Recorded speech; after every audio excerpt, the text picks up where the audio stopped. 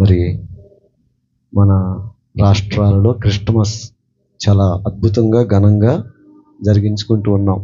మంచి orchestra play చేస్తున్నారు, చాలా బాగా కొడుతున్నారు బ్రదర్స్. మీకు వందనాలండి. నిజంగాను అసలు ఎంత ఎక్స్పీరియన్స్తో కొడుతున్నారంటే చాలా బాగా కొడుతున్నారు. దేవునికి స్తోత్రం కలుగును గాక. మరి చలిలో కూడా మీరు చాలా చక్కగా కూర్చున్నారు, మీకు కూడా వందనాలు. 2 గంటలు చెప్పినా 3 గంటలు చెప్పినా కూర్చోవాలి. దేవునికి స్తోత్రం. చెప్పమంటారు వద్దంటారు? మంచిది, నేను ఎక్కువసేపు చెప్పను. నాకు ఇచ్చిన సమయాన్ని సద్వినియోగం చేసుకుంటాను. ఈ రాత్రి దేవుని పరిశుద్ధ గ్రంథములో నుండి అపోస్తలుల కార్యముల గ్రంథము 13వ అధ్యాయము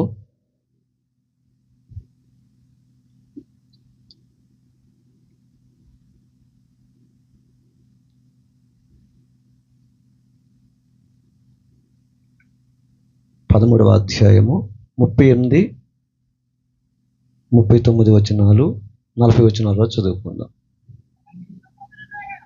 కాబట్టి సహోదరులారా, మీకు ఈయన ద్వారానే పాప క్షమాపణ ప్రచురమగుచున్నదనియు, మీరు మోషే ధర్మశాస్త్రము వలన ఏ విషయములలో నీతిమంతులుగా తీర్చబడలేకపోతిరో ఆ విషయములన్నిటిలో విశ్వసించు ప్రతివాడును ఈయన వలననే నీతిమంతుడిగా తీర్చబడుననియు మీకు తెలియగాక, ప్రవక్తల గ్రంథమందు చెప్పబడినది మీ మీదకి రాకుండా చూచుకున్నది. దేవుడి మాటలు దీవించునుగాక. చిన్న ప్రార్థన చేసుకుందాం. పరిశుద్ధుడు అయిన తండ్రి, ప్రేమ కలిగిన ప్రభువ, కృపగల యేసయ్య, కనికర పూర్ణుడు అయిన మా తండ్రి, ఇదిగో నాయన, ఈ రాత్రి ఈ ముస్తాబాద్ గ్రామ ప్రజలు జ్ఞానవంతులున్నారు, విద్యావంతులున్నారు, ఎంతో పాండిత్యం ఎరిగిన వారు ఉన్నారు. అయినప్పటికీ ఈ సత్య సువార్తను ప్రకటించడానికి అల్పుడును అయోగ్యుడును, ఎంచి చూస్తే కొంచెమైనా మంచి లేని నన్ను ప్రేమించి ఈ గ్రామానికి నడిపించినందుకు స్తోత్రాలు. ఇదిగో ఇంత చక్కటి సౌండ్ సిస్టమ్, ఇంత లైటింగ్, ఇంత చక్కటి వాతావరణాన్ని కలిగించినందుకు స్తోత్రాలు. ఈ స్థలంలో జరుగుతున్నటువంటి ఈ సభలో ఎవరి మేలు కొరకు, ఎవరి రక్షణ కొరకు, ఎవరికి నిజమైన విడుదల కలగాలని మీరు ఉద్దేశించారో అట్టి ప్రజలకు మీరు కృప దయచేయమని, మహిమ ఘనత ప్రభావాలు పొందమని యేసుక్రీస్తు పరిశుద్ధ నామమున బ్రతిమలాడి వేడుకొనుచున్నాము తండ్రి. ఆమేన్. హల్లెలూయా, హల్లెలూయా. మంచిది. ఈ రాత్రి దేవుని వాక్యమును చూస్తే పరిశుద్ధ లేఖనములలో అపోస్తలుడు పౌలు గారు మరి ఈ యొక్క అపోస్తలుల కార్యములలో తెలియజేసిన మాటలను బట్టి ఈ రాత్రి మనల్ని మనం బలపరుచుకోవడానికి దేవుడు కృప చూపిస్తూ ఉన్నాడు. ఈ అపోస్తలుల కార్యములలో వ్రాయబడిన ఈ మాట మనం జాగ్రత్తగా ఆలోచన చేద్దాం. ఈయన ద్వారానే పాప క్షమాపణ ప్రచురమగుచున్నదనియు. ఇక్కడ మనము చదివిన లేఖనాలలో జాగ్రత్తగా ఆలోచన చేస్తే ఒక మానవ జాతి పాపమనే బంధకాలలో ఎంతగానో మగ్గిపోతున్నారని, లోకానికి రక్షకునిగా క్రీస్తు యేసు శరీరధారిగా ఇక్కడికి వచ్చారని మనము చాలా సందర్భాల్లో చాలా వాక్యాలు చదువుకుంటూ ఉన్నాం. ఈ క్రిస్మస్ ఆరాధన కూడా అదే. ఎందుకంటే ఆయన మన కొరకు, మన పాపముల కొరకు ఈ లోకానికి శరీరధారిగా వచ్చాడని. ఒక మనుష్యుడు ధర్మశాస్త్ర మూలముగా విడిపించబడలేకపోయాడు. మరి ఎవరి ద్వారా విడిపించబడతాడు అంటే ఆయన కుమారుని నామము ద్వారా. మనం జాగ్రత్తగా ఆలోచన చేస్తే ప్రియులారా, పాపక్షమాపణ లేకుండా ప్రభువుతో మనకు సహవాసము ఏర్పడదు. అందుకే ఆయన మనలను వెలిగించాడు. చీకటిలో నుండి అంధకారములో నుండి, ఈ లోక సంబంధమైనటువంటి పాప బంధకాల్లో నుండి మనల్ని విడిపించి మనల్ని వెలిగించాడు. కానీ మనమేం వెలిగిస్తున్నాం? మనం ఏం వెలిగిస్తున్నాం చెప్పండి? నక్షత్రాలు, దండలు కదా, అవన్నీ వెలిగించి. ఎందుకంటే మనుషులు వెలిగిస్తే వాళ్ళు మనల్ని కొడతాకు వస్తున్నారు, తిడతాకు వస్తున్నారు. పాపం గురించి చెప్తే వాళ్ళు ఏం చేస్తున్నారు? తిరిగి, రే నేను పాపాత్ముడా, నువ్వే పాపాత్ముడు, నువ్వే పనికి మాలినాడు అన్నట్టుగా వాళ్ళు ఏం చేస్తున్నారు? మన మీదకి తిరుగుబాటు చేస్తున్నారు. అయితే ఈ రాత్రి మనం గ్రహించవలసిన విషయం ఏంటంటే, యేసుక్రీస్తు నామములోనే పాపక్షమాపణ కలుగుచున్నదంట. కాబట్టి ఇప్పుడు క్షమించబడ్డామంటే మనం వెలిగించబడ్డాం. మనం వెలిగించబడ్డామంటే అనేకులకు వెలుగుగా కనబడడానికి అవకాశము కలుగుతుంది. కాబట్టి రాత్రి దేవుని వాక్యాన్ని చూస్తే, ఆయన పాపులను రక్షించడానికి లోకానికి వచ్చాడు. మరి పాపులను పిలవచ్చినటువంటి వాడిని ఎవరు ప్రేమిస్తున్నారంట? ఎవరు ప్రేమిస్తున్నారు? నీతిమంతులు ప్రేమిస్తున్నారా? పాపులు ప్రేమిస్తున్నారా? నీతిమంతులు ఎవరు? దేవుని దగ్గరికి మేమేం పాపం చేసామన్నట్టుగా వాళ్ళు తిరుగుబాటు చేస్తూ ఉన్నారు. ఎవరైతే తమ జీవితములో విసిగి వేసారిపోయి చితికిపోయి ఉన్నారో అట్టివారు ఆయన దగ్గరికి వచ్చి గొప్ప విడుదల పొందుతూ ఉన్నారు. అపోస్తలుల కార్యముల గ్రంథములో 10వ అధ్యాయము 43వ వచనం చూడండి ఒకసారి. ఆయన యందు విశ్వాసముంచువాడెవడో వాడు ఆయన నామము మూలముగా పాపక్షమాపణ పొందునని ప్రవక్తలందరూ ఎవరిని గూర్చి సాక్ష్యం ఇస్తున్నారంటండి? యేసుక్రీస్తుని గూర్చి సాక్ష్యం ఇస్తున్నారు. ఆయన యందు విశ్వాసం ఉంచువాడెవడో వాడు ఆయన నామము మూలముగా పాపక్షమాపణ పొందుతున్నాడు. ప్రియులారా, ఆయన నమ్మదగినటువంటి వాడు. తన పాపములు ఒప్పుకొని ఎవరైతే యేసుక్రీస్తు నామమునందు విశ్వసిస్తారో, ఎవరైతే యేసుక్రీస్తును సొంత రక్షకునిగా అంగీకరిస్తారో వారు రక్షించబడతారు. నేను నా బాల్యములో దాదాపుగా నుండి అప్పటి నుంచి చూస్తూ ఉన్నాను. ఎన్ని నక్షత్రాలు పెడుతూ ఉన్నామో మనం కదండి. ఒక నక్షత్రం కూడా ఎవరిని వెలిగించదు. ఎందుకంటే మనం వెలిగించే కదా. మనమైతే లోకానికి వెలుగుగాను, లోకానికి ఉప్పుగాను దేవుడు మనల్ని సిద్ధపరిచాడు. కాబట్టి మన వెలుగు, మన రుచి లోకానికి తెలియాలి అంటే యేసుక్రీస్తును సంపూర్ణముగా స్వీకరించాలి. ఆయనలోనే మన జీవితము సార్థకము చేయబడాలి. ఎందుకనంటే పాపమునకు దాసులైన వారు దేవునితో సహవాసము చేయలేరు. ఒక మనిషిని పాపమనే ఆ భయంకరమైనటువంటి ఆ పరిస్థితుల్లో ఉన్న వ్యక్తిని ఎంత మాత్రము దేవుడు ప్రేమించలేడు. వాక్యం చెప్తుంది కదా, ఈ రాత్రి దేవుని వాక్యం చెప్తుంది కదా, జాగ్రత్తగా ఆలోచన చేస్తే ప్రియులారా, తీతుకు రాసిన పత్రిక 2వ అధ్యాయము 11వ వచనం చూడండి. యాలయనగా సమస్త మనుషులకు రక్షణకరమైన దేవుని కృప ప్రత్యక్షమై, మనము ఏ హీనతలోంచి పోవాలంట అంటే రక్తహీనతలాగా భక్తిహీనత కూడా ఒకటి. ఏ హీనత ఉందండి? రక్తహీనత ఉన్నటువంటి వాడు నిలబడలేడు, కూర్చోలేడు, తినలేడు, త్రాగలేడు, మనశ్శాంతిగా ఉండలేడు. భక్తిహీనులు కూడా అంతే. ఈ భక్తిహీనులు కూడా తమ జీవితంలో ప్రియులారా ఏదో చేస్తున్నాం అనుకుంటున్నారు, కానీ ఏమీ చేయలేరు. అందుకే భక్తిహీనతను, ఇహలోక సంబంధమైన దురాశలను విసర్జించాలంట. ఏ ఆశలను విసర్జించాలండి?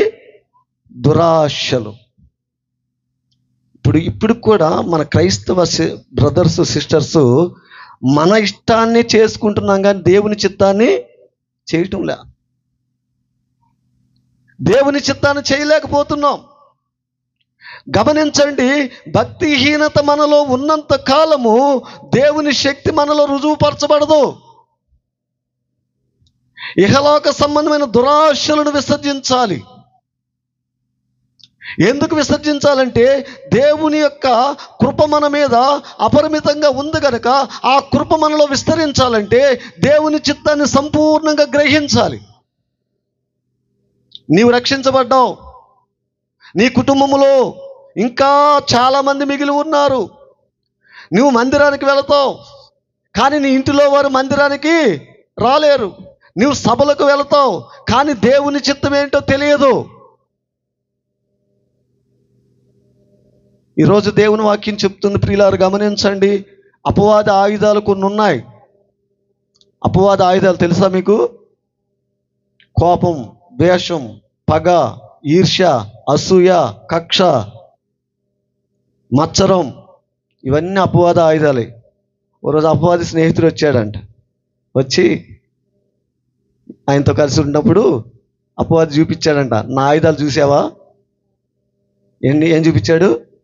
నా ఆయుధాలు చూసావా అన్నాడంట. అన్నీ చూస్తూ ఉంటే చూసాక లాస్ట్ ఆయుధం దగ్గరికి వెళ్ళారంట. ఆ ఆయుధం బాగా అరిగిపోయి ఉందంట. ఏంటి ఇంత బాగా వాడావు ఈ ఆయుధాన్ని అంటే, ఈ ఆయుధమైన విసుగుదల అనే ఆయుధం. ఈ ఆయుధం విసుగుదల లేదా ఉందా? మనం సంఘంలోకి వెళితే ఎక్కువ పాటలు పాడినా, ఎక్కువ వాక్యం చెప్పినా, ఎక్కువగా ప్రార్థన చేసినా ఆమెకే వచ్చే ప్రార్థన. అపవాద ఆయుధంలో పెద్ద ఆయుధం ఏంటి? విసుగుదల. అందుకే ప్రభువు అన్నాడు, వారు విసుగక నిత్యము ప్రార్థన చేయుచున్నవాళ్ళు అన్నట్టుకు. నువ్వు నిత్యము ప్రార్థన చేస్తే నీ భర్త మారుతాడు. నువ్వు నిత్యము ప్రార్థన చేస్తే నీ భార్య మారుతుంది. నువ్వు నిత్యము ప్రార్థన చేస్తే నీ బిడ్డలు మారుతారు. నువ్వే స్టార్లు పెట్టక్కర్లా ఇంటి మీద. నువ్వు క్రైస్తవుడు అని చెప్పేసి లైటింగ్ పెట్టక్కర్లా. నువ్వు మారితే, నీ బ్రతుకు మారితే, నీ విశ్వాసం మారితే, నీ జీవితం మారితే, నీ కుటుంబంలో ఉన్న చీకటి పోతుంది. నువ్వు వెలుగు సంబంధిగా మారుతావు. అపవాద ఆయుధాలు వదులుతాడు మన మీద, జాగ్రత్త. కోపం అపవాద ఆయుధమే, ద్వేషం అపవాద ఆయుధమే, పగ అపవాద ఆయుధమే. ఇంకా అన్నిటికంటే ముఖ్యమైన ఆయుధం ఏంటి చెప్పండి? విసిగిపోతున్నారు. పాపము చేసి విసిగిపోయి ఆత్మహత్యలు చేసుకున్న వాళ్ళు ఉన్నారు. ఆ పాపం వల్ల వచ్చే జీతం మరణము కనుక ఆ మరణాన్ని ప్రేమించి చనిపోవడానికి ప్రయత్నిస్తూ ఉన్నారు. పాపం ఎంత భయంకరమైందో తెలుసా? జీవితంలో ప్రియులారా, పాపము చాలా ప్రమాదకరమైనటువంటిది. ఒక రోజున ఒక ఆయన మార్గాన్ని వెళ్ళిపోతూ ఉంటే చిన్న కొండ చిలువ పాము కనబడిందంట. ఇంత పిల్ల కనబడిందంట. అరే భలే ఉందని చెప్పి తీసుకున్నాడంట. తీసుకొని ఇంటికి తీసుకొచ్చాడు. కొండ చిలువ కరిస్తే విషం రాదు, మింగుద్ది, అది అంతే. చిన్న పిల్ల కదా, తీసుకొచ్చి ఇంట్లో పెట్టాడు. పాలు పోస్తూ ఉన్నాడు, పెంచుతూ ఉన్నాడు. అది ఇంతల్లా పోయి ఎంత అయింది? ఇంతల్లా పోయి ఎంత అయింది. కాస్త పెరుగుతూ ఉంటే మనోడు పామును బాగా ప్రేమిస్తున్నాడు కదా, పక్కనే పండుగ పెట్టుకొని దానికి పాలు పోసి బాగా పోషిస్తూ ఉన్నాడు. చాలా బాగా ఉంటుంది. అది ఒక 4 రోజుల నుంచి తినటం లేదంట. ఏం చేయట్లేదు?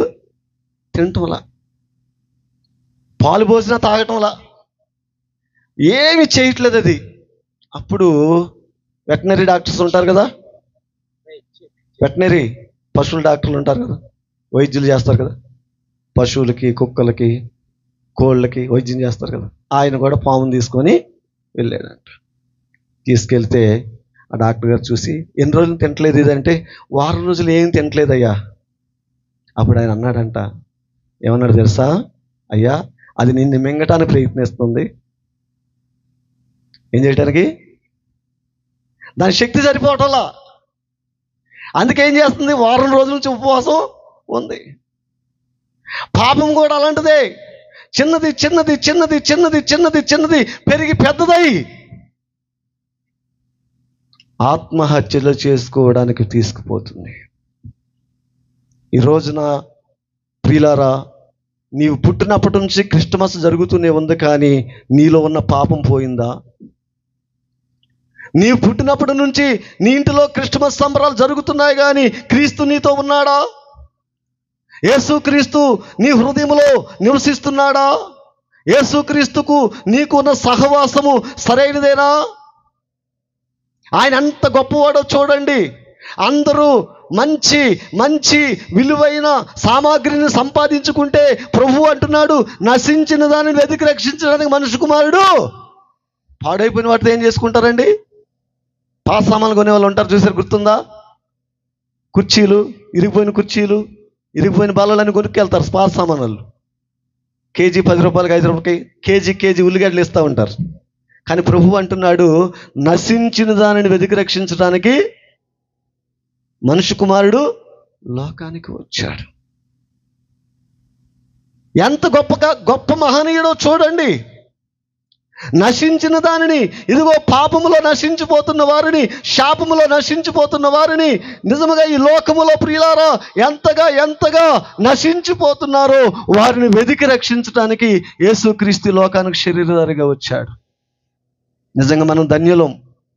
మనం నశించిపోకుండా ఆయన సిలువ నీడలో ఆయన యొక్క విలువైన ప్రేమను మనం పొందుకున్నాం ఈ రోజున. అందుకే భక్తిహీనతను, ఇహలోక సంబంధమైన ఆశలను విసర్జించటం నేర్చుకోవాలి. భక్తిహీనత చాలా ప్రమాదకరమైనది. రక్తహీనత ఎలాగో మనిషిని బ్రతకనివ్వదో, భక్తిహీనత కూడా మనిషి జీవితంలో నెమ్మది ఉండనివ్వదు. నువ్వు బాగా పాటగాడవై ఉండొచ్చు, బాగా మాటకారవై ఉండొచ్చు, బాగా ఆస్తి కలవాడవై ఉండొచ్చు, కానీ దేవుడు లేకుండా ఉన్నావంటే జాగ్రత్త, నరకం తప్పదు. దేవుడు లేకుండా ఉంటే జాగ్రత్త. నువ్వెంత ఐశ్వర్యవంతుడని కావచ్చు, ఈ లోకములో నీ మాటకు ఎదురు లేకుండా ఉండొచ్చు. ఒకడు లోకమంతా సంపాదించుకొని తన ప్రాణము పోగొట్టుకుంటే వానికి ఏమి లాభం?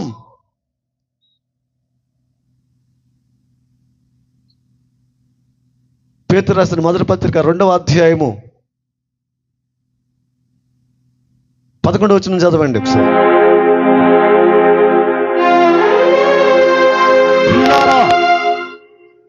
పరదేశులను యాత్రికులనై ఉన్నారు గనుక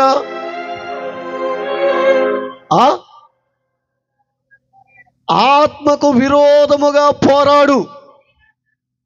ఏ ఆశలు విసర్జించాలండి? శరీరం మంచిదా? అందుకే ఎప్పుడు దేవుని సంధికి వెళ్తుంది శరీరం. బార్ షాపులకు వెళ్తుంది, పేకాట సమ్మాలకు వెళ్తుంది, కోడి పందాలకు వెళ్తుంది.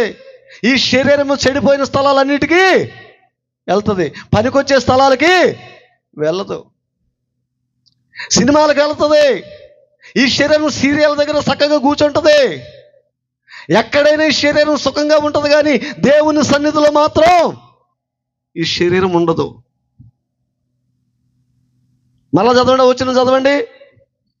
ప్రియులారా, మీరు పరదేశులను యాత్రికులనై ఉన్నారని గనుక ఆత్మకు విరోధముగా పోరాడు. ఏ విసర్జించాలి చెప్పండి ఇప్పుడు? శరీరాశలను విసర్జించి. అన్యజనులు ఏ విషయములో? ఆ విషయములో వారు మీ సత్క్రియలను చూచి వాటిని బట్టి దర్శన దినమున దేవుని మహిమపరచునట్లు వారి మధ్యను మంచి ప్రవర్తన గలవారై ఉండవలెనని మిమ్మల్ని బ్రతిమాలుకొనుచున్నాను. పేతురు చాలా అమూల్యమైన మాటలు రాశాడు. పేతురు కదులుచున్న రెల్లు లాంటివాడు, దుడుకు పేతురు. ప్రతిదానికి తొందరపాటు. యెరూషలేములకు హింస వచ్చినప్పుడు, సౌలు పౌలుగా మారకముందు యెరూషలేములో హింస కలుగుతున్నప్పుడు సంఘాన్ని బలపరుస్తున్నాడు. శరీర ఆలోచనలు బట్టి నడవక అన్ని జనుల మధ్యలో మీరు క్రమముగా మర్యాదగా ప్రవర్తించాలి. ఈ రాత్రికాల సమయంలో నిజముగా క్రైస్తవుడుగా బ్రతికితే లోకం ఎప్పుడో క్రీస్తుకు సొంతమైపోయేది. దేవుని స్తోత్రం. విశ్వాసికి తగినట్లుగా బ్రతికితే. ఈ రోజున దేవుని వాక్యం జాగ్రత్త గమనించండి ప్రియులారా. శరీర ఆశలను విసర్జించాలంట. ఆత్మను అనుసరించి నడవాలి. క్రీస్తు సత్యం మనలో ఉంది, క్రీస్తు వెలుగు మనలో ఉంది, క్రీస్తు మహిమ మనలో ఉంది. యేసు క్రీస్తు రక్షకుడిగా మనలో ఉదయించాడు. దేవుని స్తోత్రం కలుగును గాక. హల్లెలూయా. దేవునిని మహిమకరంగా బ్రతకాలి ప్రియులారా. దేవుడు ప్రేమించి ఐగుప్తులో తన ప్రజలు నలిగిపోతున్నారని, ఆ బానిస సంఖ్యలలో కొట్టుమిట్టాడిపోతున్నారని, వారి విజ్ఞాపనలు, వారి కన్నీళ్లను చూచి 40 సంవత్సరాలు ఏ వ్యవసాయము చేయకుండా, ఏ వ్యాపారము చేయకుండా, ఏ ఉద్యోగము చేయకుండా, కాలి నడకన చెప్పులు అరిగిపోకుండా, బట్టలు పాతగిల్లిపోకుండా ఆకాశ ధాన్యముతో పోషిస్తూ ఉంటే చివరి కానాను జారలేకపోయారు వాళ్ళు. సంఘములో ఉన్నాము కానీ క్రీస్తు రాజ్యములో ఉంటామా? సభల్లో ఉన్నాము కానీ దేవుని సముఖంలో చేరుతామా? దేవునితో మంచి సహవాసం మనకు ఏర్పడిందా? యేసుక్రీస్తు మహిమను మనము కన్నులారా చూడగలుగుతున్నామా? ఆదిమ సంఘములో ప్రియులారా క్రీస్తు మహిమ కనబడింది. పశ్చాత్తాపడ్డారు ప్రజలందరూ కన్నీళ్లు గార్చారు. కుటుంబాలు క్రీస్తును మహిమపరిచాయి. ఈ రోజునేమో దేవుని సన్నిధికి వెళ్ళడానికి తీరిక లేదు. యేసుక్రీస్తు మహిమను ప్రకటించలేకపోతున్నాం. గ్రామాల్లో ఇంకా అలాగే ఉండిపోతున్నారు. పాపులుగానే ఉండిపోతున్నారు. ఎందుకంటే క్రైస్తవ్యములలో ఎన్నో బలహీనతలు కనిపిస్తూ ఉన్నాయి లోకానికి. ఈ రాత్రి యేసుక్రీస్తు నిన్ను ప్రేమిస్తున్నాడు. నశించిన దానిని వెతికి రక్షించడానికి మనుష్య కుమారుడి లోకానికి వచ్చాడు. నీ ప్రవర్తన ద్వారా క్రీస్తు మహిమపరచబడాలి. ఆయన లోకరక్షకుడు. సమరయ గ్రామములో సమరయ స్త్రీ, నేను చేసినవన్నీ నాతో చెప్పినవాడు క్రీస్తు కాడా? ఆమె స్టార్ పెట్టలా. ఆమె ఏమంది? నేను చేసినవన్నీ నాతో చెప్పినవాడు క్రీస్తు కాడా అంటే గ్రామస్తులు అంటున్నారు, అమ్మ నువ్వు చెప్పిన మాటలు బట్టి కాదు కానీ మా మట్టుకు మేము విని ఉన్నాము, ఇతడు నిజముగా లోకరక్షకుడు. దేవుని స్తోత్రం. లోకరక్షకుడు లోకానికి రక్షించడానికి వచ్చాడు. నన్ను రక్షించాడు. ఈరోజు ఆ రక్షణ భాగ్యాన్ని మనం పొందుకున్నామని గ్రహించాలి. నీలో ఉందా ఆ పరితాపం? ఉందా? అయ్యో నిజమే, నా ఇరుగు పొరుగు వారు ఇంకా మారలేదే, నా స్నేహితులు మారలేదే, నా బంధు జనాంగం మారలేదే, లోకములో పాపములో ఇంకా ఇంకా ఇంకా ఇంకా కూరుకుపోతా ఉన్నారు. వారు ఎలా విడిపించబడతారు? ఈ రాత్రి ఈ ముస్తాబాద్ ప్రజలను ప్రేమించి దైవజనులు జాన్ పోలయ్య గారు తాను రక్షణ పొందిన నాటి నుండి, తన సేవా పిలుపు నాటి నుండి ఈ ప్రజలకు సువార్తను అందించడానికి ఎంతోమంది దైవజనులను తీసుకుని వచ్చారు. ఎంతోమంది దేవుని సేవకులు ఇక్కడ వాక్యాన్ని ప్రకటించారు ప్రియులారా. మనము ప్రకటించాలి ప్రియులారా. మన ప్రవర్తన ద్వారా ప్రకటించాలి ప్రియులారా. మన జీవితం ద్వారా లోకానికి క్రీస్తును ప్రకటించాలి. అందుకే దేవుడు మనల్ని ఎన్నుకున్నాడు. నువ్వు ఊరకనే వెలిగింపబడలేదు. నువ్వు వెలిగించేవి కరెంటు ఉంటే వెలుగుతాయి కానీ నిన్ను యేసుక్రీస్తు వెలిగించాడు. నిన్ను సజీవ లెక్కలో ఉంచాడు. నిన్ను క్రీస్తుకు ప్రతినిధిగా చేశాడు. ఆయన రాజ్యములో నువ్వు నిత్యము ఆనందించేటట్లుగా ఆయన నిన్ను కోరుకున్నాడు. నువ్వేం కోరుకుంటున్నావు? కొత్త బట్టలా? నువ్వేం కోరుకుంటున్నావు? ఇంటికి రంగులా? నువ్వేం కోరుకుంటున్నావు? Decoration attraction. డెకరేషన్ ఏం చేస్తుంది? అట్రాక్షన్ చేస్తుంది. అంటే సత్యాన్ని అసత్యాన్ని సత్యంగా చూపిస్తుంది. డెకరేషన్ ఏం చేస్తుంది? ఆ మధ్య మాకు స్నేహితుడు ఉన్నాడు, ఆయనకు సంబంధం కుదిరింది. కుదిరితే మమ్మల్ని పెళ్ళికి పిలిచారు, మేము వెళ్ళాం.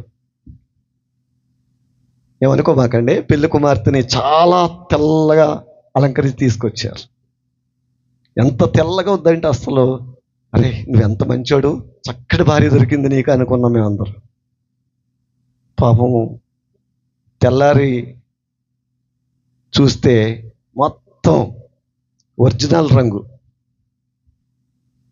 ఇక ఆ జుగుడు లబో దిబోమని ఒకటే ఏడుపు. ఏంటి? డెకరేషన్ ఏం చేస్తుంది? మనల్ని అట్రాక్షన్ చేస్తుంది. డెకరేషన్లో మోసం ఉంది. నీవు జాగ్రత్తగా గమనించాలి. నిన్ను రక్షించటానికి, నీ పరిస్థితులలో నుండి నిన్ను విడిపించటానికి కొంతమంది డెకరేషన్ చేసుకుంటూ ఉంటారు. లోపలన్నీ అప్పులే, ఫ్రిడ్జ్ అప్పే, టీవీ అప్పే, ఇల్లు అప్పే, కారు అప్పే, పైన మాత్రంగా మంచి తెల్లటి సొక్క వేసుకొని మంచి బుల్లెట్ వేసుకుని తిరుగుతూ ఉంటాం. తర్వాత అప్పులోడు ఏం చేస్తాడు? ఈఎంఐ కట్టలేదురా. ఈఎంఐ కట్టలేదురా. ఈఎంఐ కట్టకపోతే ఏం చేస్తారు? ఇల్లు కబ్జా అయిపోద్ది, కారు కబ్జా అయిపోద్ది, బండి కూడా కబ్జా.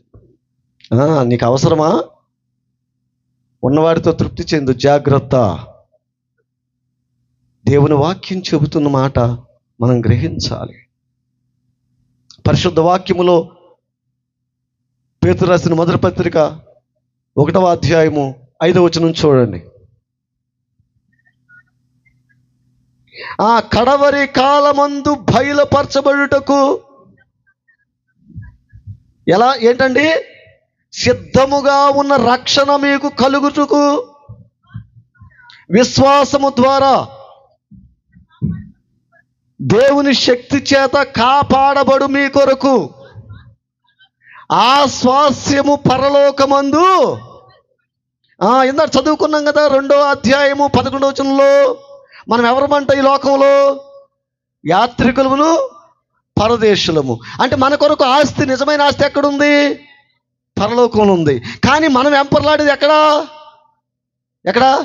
ఎంత బంగారం కొనుక్కున్నాం, ఎంత ఆస్తి సంపాదించుకున్నాం, ఎన్ని నగలు కొనుక్కున్నాం, ఎన్ని వస్త్రాలు సంపాదించుకున్నాం, ఎలాంటి స్టేటస్ ఉంది, లోకము మనల్ని చూసి ఏమనుకుంటుంది, ఎంత శుభ్రంగా ఉన్నాం అనుకుంటున్నాం మనం. కానీ క్రైస్తవ నిరీక్షణ చాలా గొప్పది. యేసుక్రీస్తుని అంగీకరించిన నాటి నుంచి నీవాయన స్వాస్యము, నీవాయన ఆస్తి, నీవాయనకు ప్రత్యేకమైన వ్యక్తివి. ఆయన కొరకే నిన్ను సంపాదించుకున్నాడు. సృష్టిలో ఏ వ్యక్తికి లేనటువంటి గొప్ప కృప ఏ జీవికి లేదండి. సృష్టిలో మృగాలకు లేదు, సృష్టిలో పక్షులకు లేదు, సృష్టిలో ఉన్నటువంటి జీవరాశులకు వేటికి లేదు. ఒక యేసుక్రీస్తు నామములో మానవునికే ఆయన రక్షణ ఇచ్చాడు. మానవునితో సహవాసము చేయటానికి, ఆయన సహవాసము చేయటానికి. ఈరోజు నీ సహవాసము దేనితో? నీ సమయము దేనితో? ఈరోజు నీ యొక్క జీవితము దేనితో ముడిపడి ఉంది? దేనితో ముడిపడి ఉంది? వీటి కోసమేనా? లోకం అశాశ్వతమైంది అంటున్నావు కదా, లోకము దేనికి పనికిరాదు అంటున్నావు కదా, మరి శరీరాశలలో ఎందుకు ఉండిపోతున్నావు? అందుకే ప్రభువు అన్నాడు, దేవుడు లోకమును ఎంతో ప్రేమించిన కాగా తన అద్వితీయ కుమారునిగా పుట్టిన వాని విశ్వాసం ఉంచి ప్రతివాడు నశింపక నిశ్చయం పొందినట్లు ఆయన అనుగ్రహించాను. కుమారుని అనుగ్రహించాడు మనకి. ఎందుకంట? మనం నశించిపోకుండా నిత్య జీవము పొందటానికి. పత్రికలు అంటాడు, యోహాను పత్రికలు ఏమంటాడు తెలుసా? లోకమునైనను లోకములో ఉన్న వాటినైనను మీరు ప్రేమింపకుడి. ఎందుకంటే ఆయన లోకాన్ని ప్రేమిస్తే ఆయన ప్రాణం పెట్టేశాడు. కానీ మనం లోకాన్ని ప్రేమిస్తే మనం దేవుణ్ణి ప్రేమించలేం. ఎందుకంటే లోకములో శరీరాశ, నేత్రాశ, జీవపుడము ఉన్నాయి. అందుకే ఎన్ని ఫాస్ట్ ఫుడ్ సెంటర్లు వచ్చేసినాయో. ఇంట్లో వండుకోవడం మానేశారు ఆడవాళ్ళు, మగాళ్ళు. ఇక వెళ్ళి కర్రీ పాయింట్కి వెళ్ళి కొన్ని కూర తెచ్చుకోవడం, తినేది. వంట మానేసాం. జీవపుడంబం, శరీరాశ, ఎన్ని వస్త్ర ఫ్యాక్టరీలు తయారైనా కానీ ఏ వస్త్రం కూడా మనకి నచ్చట్లా. ఎన్ని చీరలు కొనండి, మీరే కాదు మా పురుషులు కూడా ఎన్ని రకాల ప్యాంట్ షర్ట్లు కొనండి, నచ్చట్లా. కొత్తదనం కోరుకుంటున్నారు, అది పాత అయిపోతుంది. మళ్ళీ కొత్తది ఏమైపోతుంది? ఇప్పుడు ఇక్కడ బిల్డింగ్ కట్టడం కొత్తగా ఉంది, పక్కన రేపు ఇంకో ఆయన కడుతున్నాడు, అది ఇంక కొత్తగా ఉంటుంది, ఏమైపోతుంది? పాత అయిపోతుంది. పాత అయిపోతుంది. జాగ్రత్త. నీ పాత రోత జీవితాన్ని తొలగించి నూతనమైనటువంటి వ్యక్తిగా నిన్ను ప్రతిష్ఠించునుగాక. హల్లెలూయా. యేసుక్రీస్తు నిన్ను వెలిగించాడు. యేసుక్రీస్తు నీలో నివసించటానికి ఇష్టపడుతున్నాడు. నీవైన స్వాస్యము, ఆయన ఆస్తి. నీవు నిత్యము పరలోక మహిమలో ఉండాలని కోరుకుంటున్నాడు. ప్రియా ముస్తాబాద్ ప్రజలారా గమనించండి. ఈ రాత్రి యేసుక్రీస్తు ప్రభువు మనల్ని రక్షించడానికి, పాపులను రక్షించడానికి ఈ లోకానికి మనిషి కుమారుడిగా వచ్చాడు. ఆయన వచ్చి నిన్ను నన్ను వెలిగించడానికి ఇష్టపడుతున్నాడు. యోహాను రాసిన మొదటి పత్రిక 1:9 చూడండి ఒకసారి. మన పాపములను మనం ఒప్పుకొని ఎడల ఆయన నమ్మదగిన వాడును నీతిమంతుడును గనుక ఆయన మన పాపములను క్షమించి సమస్త దుర్నీతి నుండి మనలను పవిత్రులునుగా చేయును. దేవునికి స్తోత్రం. ఏమైపోయామండి మనం ఇప్పుడు? పవిత్రులము. అపవిత్రులం కాదు మనం. పాపము లేని వారిని ఆయన ఎదుట నిలబెట్టుకుంటాడు. ఆయన మహిమను చూస్తారు. మన పాపములు మనం ఒప్పుకునే యెడల ఆయన క్షమిస్తాను అంటున్నాడు. ఈ రాత్రి నీ జీవితంలో ఆ వెలుగును చూసావా? ఒకప్పుడు నేను కూడా దేవునికి దూరస్తుడునై, నా జీవితంలో కూడా అనేకమైన అంధకార క్రియలు ఏలుబడి చేశాయి.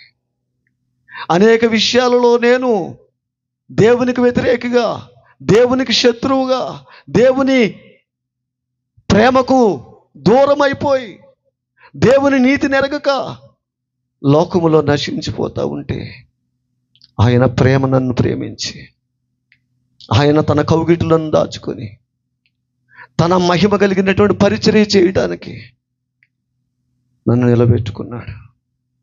ఈ రాత్రి దేవుడు నిన్ను కూడా ప్రేమిస్తున్నాడు. నీవెవరికి మాదిరిగా ఉన్నావో ఒకసారి ఆలోచన చేస్తే, ఒకసారి చదవండి ఆ మాట. యోహాను రాసిన మొదటి పత్రిక, మన పాపములను మనం ఒప్పుకుని ఎడల ఆయన నమ్మదగిన వాడును నీతిమంతుడును గనుక ఆయన మన పాపములను క్షమించి సమస్త దుర్నీతి నుండి మనలను ఏం చేసిందంటండి? పవిత్రులనుగా చేసింది. మనం పవిత్రులం అయిపోయాం. అప్పుడు ఈరోజు నా దేవుని సన్నిధిలో ఒక్కసారి మన యొక్క భక్తి జీవితాన్ని పరిశీలన చేస్తే, నీ వెలిగింపబడిన తర్వాత, ఆయన వెలుగులో నీవు నడుస్తున్న తర్వాత నీ వెనక నిన్ను వెంబడించేవారు ఎందరున్నారు? ఒక సామాన్యమైన స్త్రీ ఒక గ్రామము కదిలేటట్లుగా, రక్షణలోకి వచ్చేటట్లుగా ఈ రోజున మన భక్తి జీవితాన్ని మనం పరిశీలన చేసుకుంటే మన ఇంట్లో వాళ్ళే కదలటం లేదండి. మన కుటుంబమే కదలటం లేదు. కీర్తనలో దావీదు అంటాడు, జనముల కుటుంబములారా, 96వ కీర్తన 7వ వచనం చూడండి.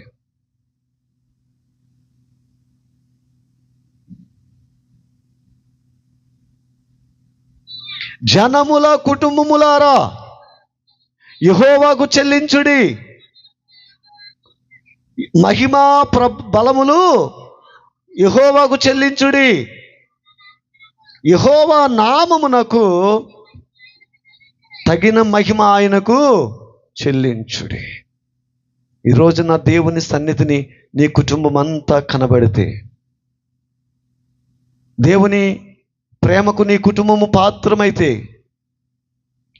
ఈ రాత్రి దేవుడు మిమ్మల్ని ప్రేమిస్తున్నాడు కనుక మీరు ఒకసారి జ్ఞాపకం చేసుకోండి. యేసుక్రీస్తు నామములో మరి ఆయన పాపమును క్షమించేవాడు.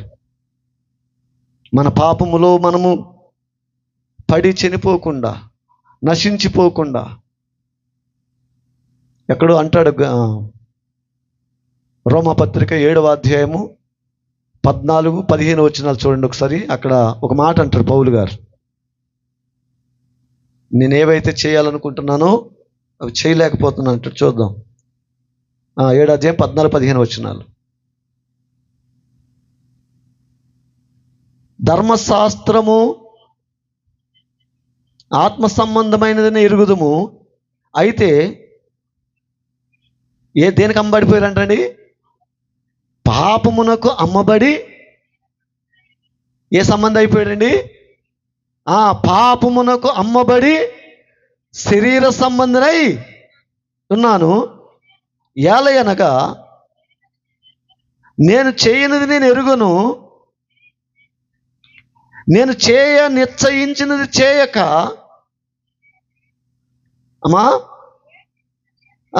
ద్వేషించినదియే చేయుచున్నాను. హెచ్చరింపనిది నేను చేసిన ఎడల ధర్మశాస్త్రమైనది ఒప్పుకొనుచున్నాను. కావున ఇకను దాన్ని చేయనిది నా యందు నివసించు పాపమే గాని నేను కాదు. గమనించండి, నేను పాపమునకు అమ్మబడిపోయిన వ్యక్తినైతే నా యందు ఏమి నివసిస్తుందంటండి? పాపమే నివసిస్తుంది. అంటే మనం ఇప్పుడు ఎందులోంచి బయటకు రావాలి? పాప నియమము నుండి బయటకు రావాలి. పాపమును ద్వేషిస్తున్నాడు కానీ ఆయన పాపిని ద్వేషించడం లేదు. ఒకవేళ నీవు పాపమును విడిచిపెట్టకపోతే పాపముతో పాటుగా నీవు నరకములో పడవేయబడతావు. ఎప్పుడైతే పాపాన్ని విసర్జిస్తావో, ఎప్పుడైతే పాపమును అసహించుకుంటావో, ఎప్పుడైతే పాపాన్ని ద్వేషిస్తావో, ఎప్పుడైతే పాపముతో ఉన్నటువంటి ఆ సంబంధాన్ని తగదెంపులు చేసుకుంటావో, అప్పుడు క్రీస్తులో నీవు బ్రతుకుతావు. అప్పుడు క్రీస్తు నిన్ను ఏం చేస్తాడంటే తన కవిటిలో దాస్తాడు. ఎందుకంటే పరిశుద్ధ స్థలములో నివసించడానికి ఆయన మనల్ని చేర్చుకుంటున్నాడు. పరిశుద్ధులుగా చూడటానికి, పరిశుద్ధమైన స్వాస్యముగా చూడటానికి నీవు ఆయన నివాసములో, ఆయన పరిశుద్ధ స్థలములో ఉండాలని కోరుకుంటున్నాడు. నిర్గమకాండము 15వ అధ్యాయము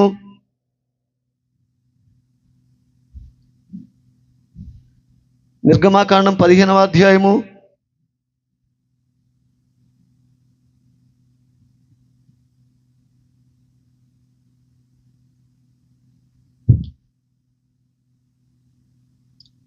13వ వచనం చదవండి.